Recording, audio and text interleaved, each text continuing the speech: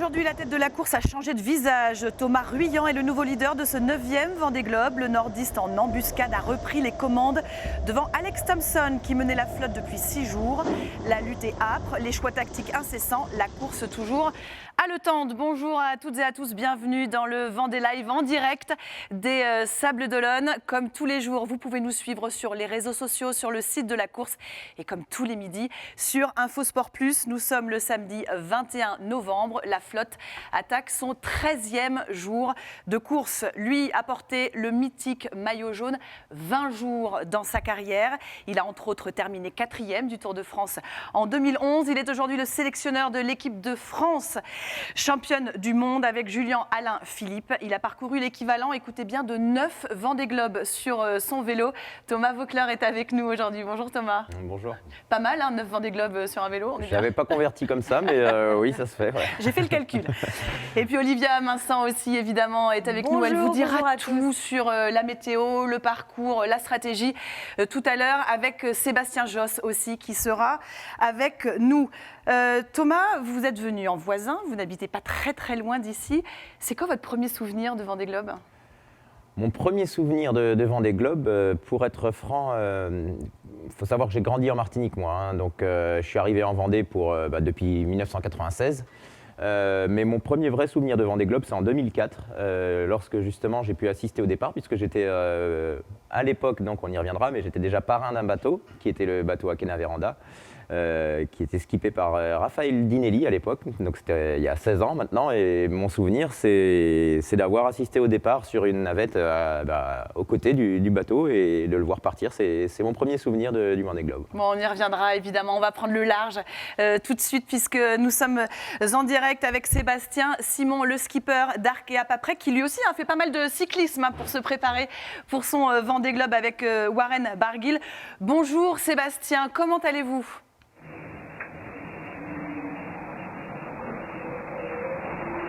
Ça va, bonjour. Est-ce que vous pouvez nous décrire un peu les conditions dans lesquelles vous êtes en train de naviguer ?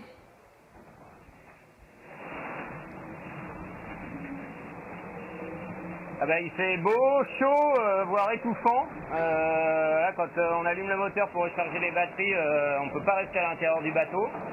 Et dehors, c'est très humide et très chaud. Voilà, en plus je suis en pleine session bricolage de girouette et d'électronique. Donc voilà, ce bateau bouge beaucoup et je suis en train d'essayer de brancher des tout petits fils de 1 mm de diamètre, c'est pas simple. Voilà. Ah, c'est périlleux. On a Thomas Voeckler avec nous, Sébastien, qui a une question pour vous. Ouais, bonjour Sébastien, on va faire court parce que je crois qu'il a l'air bien occupé, hein. On va surtout pas trop le déranger longtemps dans son bricolage parce que pour lui ça bouge pas beaucoup apparemment, mais on voit à l'écran que ça tabasse un petit peu quand même. Est-ce que le vélo en termes de préparation ça t'aide d'un point de vue physique? J'imagine que oui, mais au niveau mental aussi, quand ça devient un petit peu compliqué, est-ce que tu arrives à retrouver des points communs quand tu es en solo sur le bateau et quand tu es en solo sur ton vélo, parce que tu n'es pas tout le temps non plus à rouler avec les coureurs de l'équipe Arkea Samsic, j'imagine?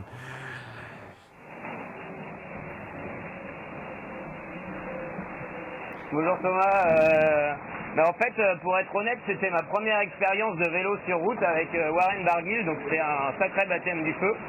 Et j'avoue que en fait depuis que j'ai pas mal communiqué avec lui, que j'échange et que j'ai pu partager un peu son expérience, ça m'a vraiment donné envie de m'y mettre. Jusqu'aujourd'hui je faisais un peu plus de la course à pied parce que voilà, ça nécessitait moins de matériel. Mais j'avoue que le vélo ça commence à bien me tenter et je me posais même la question d'en faire un et de rouler un petit peu plus avec l'équipe Arkea Samsic dès mon arrivée du Vendée Globe. Une question d'Olivia pour vous, Sébastien.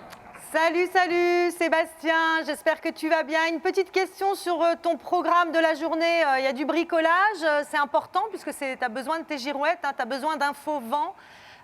Au niveau stratégie, est-ce qu'il y a quelque chose qui doit se mettre en place maintenant ou pas ?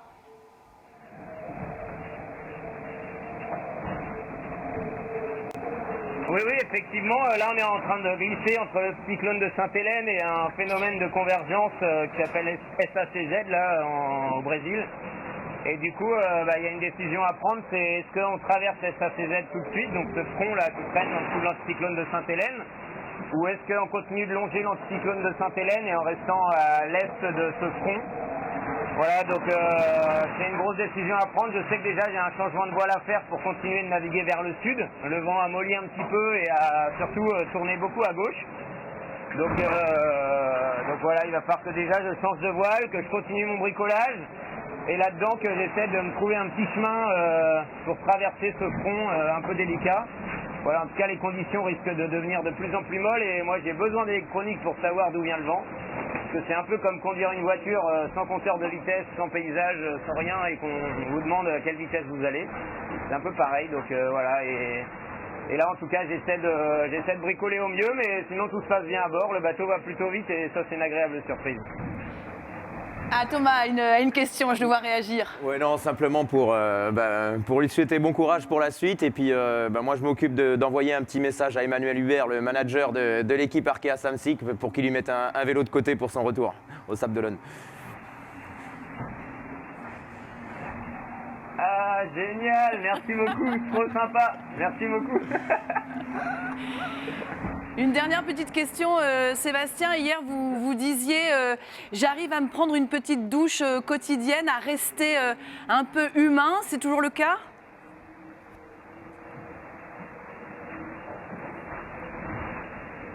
Ouais, hier soir, j'ai pas eu le temps, mais oui, effectivement, en fait, je transpire à chaque manœuvre tellement que je trouve ça insupportable. Je commence à avoir des irritations sur la peau. En réalité, je le supporte pas.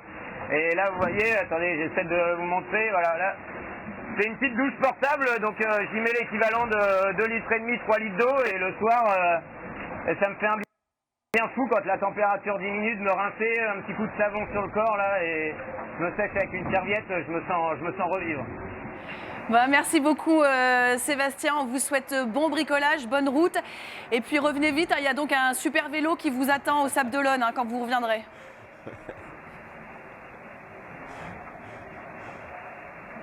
Ah, génial, je suis trop content. Merci beaucoup. Salut. Merci Sébastien. Bon, vous avez fait un heureux, j'ai l'impression. Moi j'ai dit que j'allais envoyer un message après. C'est le patron de l'équipe Vous avez le bras long, qui va... vous allez pouvoir y arriver. Comment vous réagissez quand vous voyez cette visio avec Sébastien?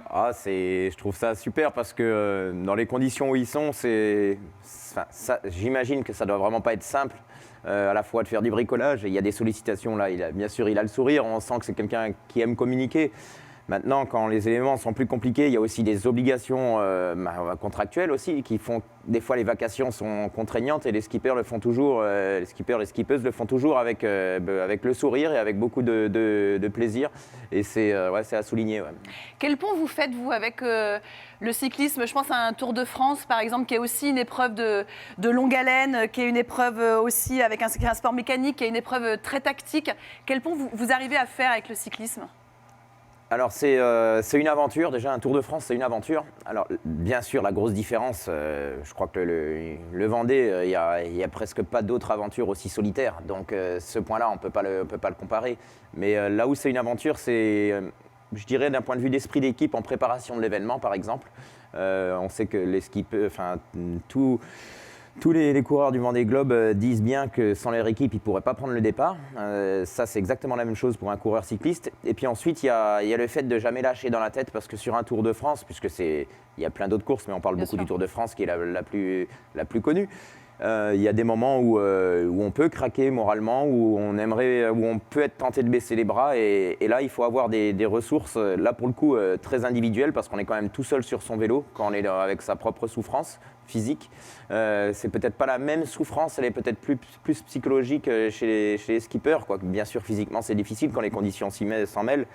Donc ça serait plutôt ça, les moments de souffrance, pouvoir compter que sur sa force intérieure et sur sa motivation et sur soi-même pour pouvoir continuer justement le périple. Ouais. Et d'aller puiser très très loin et de se découvrir aussi des facultés qu'on ne soupçonnait pas forcément.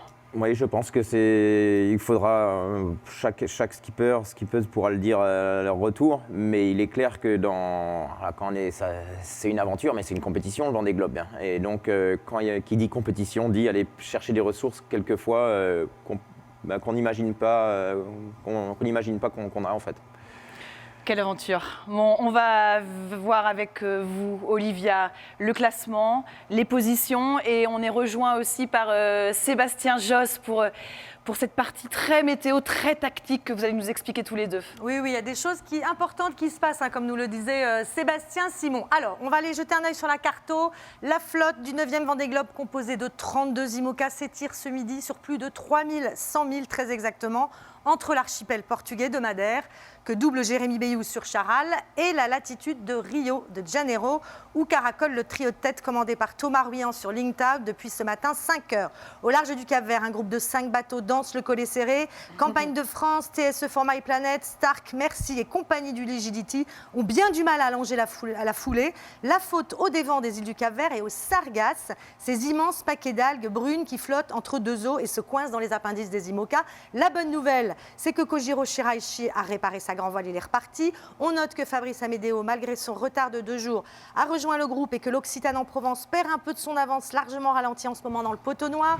Un poteau noir costaud pour Arnaud Boissière, Didac Costa, Pip Hair, groupe Cétain, englué dans les petits airs, alors que Stéphane Le Diraison sera le 19e IMOCA à faire son entrée dans l'hémisphère sud. Devant sa glisse dans les alizés de sud-est, des grappes se sont formées au large des côtes brésiliennes dans lesquelles la course-poursuite est lancée pour rejoindre Bonne-Espérance et l'inoxydable Jean Le Cam sur sa 4L tout-terrain contient encore quelques foilers dans son tableau arrière, tandis que devant, un trio commandé par Lingtao s'apprête à se lancer dans la diagonale des fous, un chemin cabossé et très tactique pour rejoindre le Grand Sud.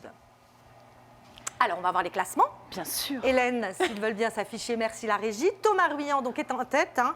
Il a 21 000 d'avance sur Alex Thompson et 66 000 sur Charlie Dalin. À noter que Thomas pendant 24 heures, a fait 515 000. C'est énorme, hein. Il est vraiment pied au plancher. On l'a eu ce matin en vacation. 5e place reprise par PRB et Arkea Paprec 9e. Devance Initiative Cœur 10e. On note Water Family 11e qui contient bien Happy Seal, hein, qui lui colle aux trousses. 2e page, une belle bagarre entre MACSF 15e, Pure Best Western 16e, Banque Populaire 17e, Clarisse Kremer, et 19e, et bien Tam for Ocean est un peu tout seul entre deux groupes.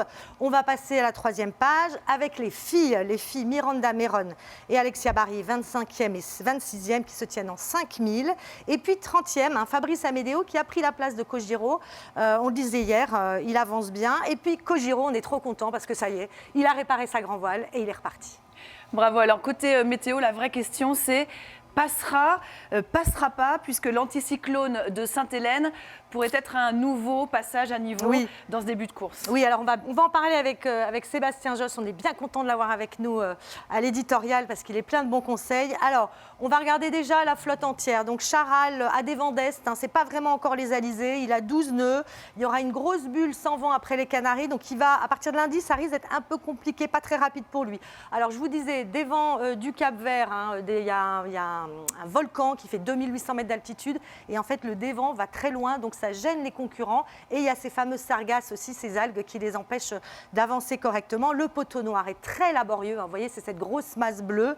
Et puis, dans les alizés de sud-est, eh bien, écoutez, ça file. Hein, c'est parfois pas très instable. Le vent adonne, c'est-à-dire qu'il commence à avoir une trajectoire un petit peu plus courbe, hein, qui les dirige cap au sud-est vers Bonne-Espérance. Alors, Sainte-Hélène, le gros morceau, c'est Sainte-Hélène. On va regarder ça. Je vais essayer de vous expliquer un petit peu rapidement et puis je pense que Sébastien reviendra. Donc, Sainte-Hélène, c'est ce H, cet anticyclone. Il y a un front froid qui coupe l'anticyclone en deux.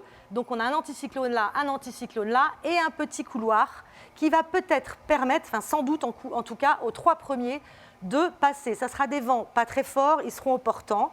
Et pour derrière, on ne sait pas. Alors, Seb Josse, c'est à vous. Oui, donc on voit la situation. Donc l'anticyclone de Sainte-Hélène est coupé en 2 parties par ce front froid, ce qui ouvre une porte pour pouvoir faire une route plus courte, mais dans des vents plus faibles. Donc pour l'instant, le trio de tête, eux, vont pas se poser la question, ils vont s'engouffrer dans cette porte. Les poursuivants, Kevin Escoffier jusqu'à Sam Davis, ont la possibilité encore de faire cette route-là. Ils ont encore 48 heures pour faire le choix décisif de s'engager dans la porte avant qu'elle se referme ou de faire le tour. Donc il leur reste 48 heures pour négocier cette décision. Et puis après, les poursuivants, quoi qu'il se passe, le 3e groupe, ils devront faire le tour de l'anticyclone de Sainte-Hélène par l'ouest, voilà, parce que la porte se sera refermée devant eux. Quelle stratégie hein, pour les jours à venir. On va nous écouter le nouveau leader de la flotte, Thomas Ruyant sur Linked Out, que vous avez joint à Olivia ce matin. Alors la bonne nouvelle, c'est qu'il a plutôt bien dormi. Et puis il est drôlement content d'être dans le bon wagon et c'est bien normal. Écoutez-le. Ouais, bah, ça se tire la bourre, bah, c'est stimulant et en même temps, il y a quand même une belle pression là.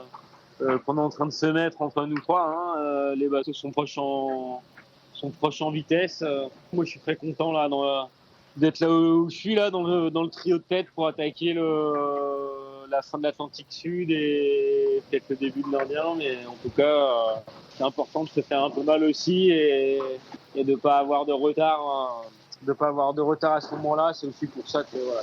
Je pense côté Charlie aussi, mais bien cravaché pour essayer de recoller Alex, qui avait quand même une certaine avance en Atlantique Nord. Et du coup, c'est bien de pouvoir attaquer cette suite du parcours dans ce trio. Il n'y avait que d'écart, c'est très très bien. Surtout chercher le bon angle pour aller vite là, depuis la sortie du pot. Donc c'est plus ça finalement qui a guidé. Alors évidemment avec un objectif et un point de passage dont on vient de parler, mais surtout c'est d'avoir l'angle rapide et d'avoir une bonne pression de temps. Pas trop Alex, il a été quand même plus lent que nous pendant longtemps. Je pense qu'il a eu moins de vent que... alors je sais pas ce qu'il a eu, mais il a certainement eu moins de vent que nous pendant toute cette première partie de descente de l'Atlantique Sud. Et là on voit qu'aujourd'hui on est à 3 à se tirer la bourre sur des vitesses assez proches. Et il cravache Thomas Ruyant sur son bateau. Thomas, je vous vois presque scotché à écouter et regarder les images. Qu'est-ce qui vous fascine? Non, je regarde toujours quand on a tous les 4 ans, on voit la progression des technologies qui nous permettent de vivre, hein, ce que vivent justement les skippers sur leur bateau. Et je regarde toujours la vitesse à laquelle ça défile les vagues derrière, le sillage. Et c'est toujours bluffant, qu'il y ait beaucoup de vent ou pas, ça défile à une vitesse derrière, c'est impressionnant. On croirait qu'ils ont des moteurs et pourtant c'est la force du vent uniquement qui les pousse. C'est bluffant, 515 000 sur les dernières 24 heures, ça fait pas loin de 1000 km, 900 km. Déjà en voiture, on a besoin de faire ils font pas des pauses toutes les 2 heures, quoi. Donc non, ça cause. Ouais. Thomas, j'ai une question pour vous, une question internet d'Élise qui vous demande qui est votre skipper favori? Mon skipper favori, j'ai bien sûr un faible pour Arnaud Boissière puisque je suis parrain de son bateau, la Michaeline Artipole. Après, j'ai eu l'occasion de le croiser à plusieurs reprises, notamment au départ du Tour de France, d'une étape du Tour de France à Cholet en 2019, non pas cette année mais en 2019, Jérémy Bayou, c'était en 2018 peut-être déjà. Et donc oui, j'ai été très peiné pour lui quand il a eu son avarie parce qu'on sentait que c'était autant de travail de sa part ou de tout son staff, le sponsor, l'investissement aussi que ça représente. Il était vraiment, je pense que s'il n'avait pas eu ces soucis, on l'aurait retrouvé un peu au même titre que Thomas Ruyant en tête de course, il n'y a pas de doute là-dessus. Donc ça, un petit passement au cœur pour lui. En tout cas, on va le retrouver, votre filleul, si je serais tentée de dire, Arnaud Boissière, qui, lui est en ce moment dans le poteau noir. C'est pas très, très facile. On l'a joint ce matin. Écoutez bien, Thomas, parce que je crois qu'il y a un petit message pour vous à la fin. Bon, tu m'as l'air en forme, mon Cali, là. T'as bonne mine? Ouais. J'ai passé une mauvaise nuit, mais écoute, comment perdre une nuit tout ce que t'as repris en 3 jours mais écoute, ça va. Je suis reparti doucement là avant le lever du jour, donc voilà, je prends mon mal en patience, mais écoute, ça va pas mal, hein. Je pense que j'ai pas très bien géré ça, enfin moins bien que mes collègues à côté, mais en tout cas, je me suis retrouvé à un moment avec 2 nœuds de vent maximum et plein vent arrière. Et j'avançais à 1 nœud 5. Je pense que c'est juste les vagues qui nous avançaient. Ça m'a foutu un coup moral quand même, hein, parce que avancer à 2 nœuds quand les autres sont à 10, 15, voire 20 nœuds, c'est jamais très résistant, mais bon, non, en gros, ça va. Je suis pas claqué, pas physiquement en tout cas, mais voilà, je me prépare un petit-déj et ça va être bien. Et puis là, il y a du vent. Il y a du vent, mais regarde devant. tu vois. Bon Thomas, tu peux venir à bord là du bateau là 2 minutes pour m'aider là parce que j'ai pas avancé de la nuit et si tu pouvais me donner un coup de main, je sais pas, un coup de pédale ou n'importe quoi pour que ça aille plus vite quoi. Il a besoin de vous un petit peu. Il n'a Arnaud pas trop le Boissière. moral, là, le Cali, ouais. Non, bon, après, il a de l'expérience. C'est pas son premier Vendée Globe, loin de là. 4e. 4e, et je crois que. Ouais, il a dit que physiquement ça allait, mais on sent que donc, il aurait besoin d'un bon coup de pied au cul là, pour le remotiver. Moi, je peux rien faire pour lui, si ce n'est lui transmettre toute mon énergie. Au même titre que Tessa Worley, la skieuse, qui est également, moi je suis parrain, mais elle est marraine de son bateau. Qu'est-ce qui vous a poussé justement à parrainer comme ça les bateaux? On a les images d'ailleurs. Ce jour-là, on a Tessa, tout comme moi, on lui a mis un petit mot. Enfin, il a tenu à ce qu'on lui écrive un petit mot à l'intérieur du bateau. Vous avez écrit quoi? Je vais pas le dire. Vous demanderez à Arnaud si vous pouvez aller voir, mais non, quelque chose de simple. Mais pourquoi j'ai accepté? Parce que moi déjà j'aime la voile, j'en ai fait dans mon enfance, j'en ai fait parce que mes parents en faisaient. Et puis surtout, c'est crédible dans le sens où j'ai une attache parce on peut dire qu'il est vendéen d'adoption aussi, c'est des sponsors vendéens, c'est un état d'esprit, c'est pas quelqu'un qui se prend la tête tout en étant hyper professionnel, ça me ressemble bien. Et puis je vais pas dire qu'on on s'est croisés, on a mangé ensemble plusieurs fois. C'est un mec cool, j'aime bien ça, donc ça s'est fait naturellement. Ouais. Quel lien vous avez justement avec ce milieu de la voile? Avec le bateau, la mer? J'ai toujours. Déjà, mes parents faisaient de la plaisance, donc j'ai notamment, une fois en famille et 2 fois avec mon père pour des convoyages, j'ai traversé 3 fois l'océan Atlantique, donc je sais un petit peu ce que c'est quand même si j'avais 12, 13 ans, 11, 12 ans les 2 dernières fois, j'ai quand même beaucoup de souvenirs. C'est un élément que j'adore, l'océan, la mer. J'ai un petit bateau, moi, j'ai la chance, ça a été mon petit cadeau de fin de carrière.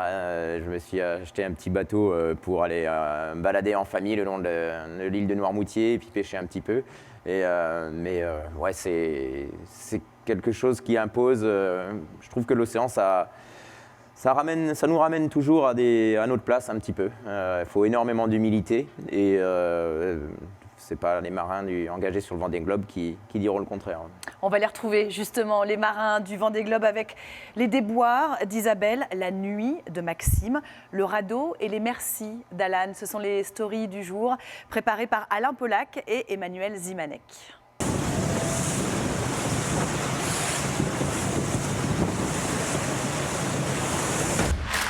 J'ai eu une avarie à bord. Derrière moi, on voit qu'il n'y a plus de balcon arrière. En fait, la poulie d'écoute de mon génaquière a cassé. Et du coup, l'écoute a arraché tout le système de balcon. Je ne sais pas si je vais pouvoir réparer, comment je vais faire. À la tombée de la nuit, au large du Cap-Vert, le petit repas du soir qui chauffe, on va se régaler. Bon, bout dans l'hélice, pris dans la quille, faut plonger.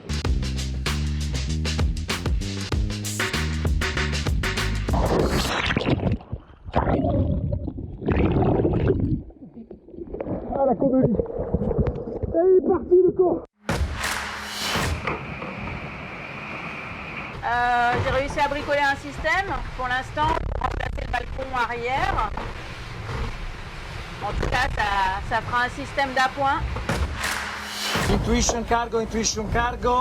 If you can go a little bit more to the north, I can pass clear. Thank you. Okay, thank you very much. Have a nice trip. J'ai quelque chose à déposer dans l'océan. C'est un petit radeau qui est juste là.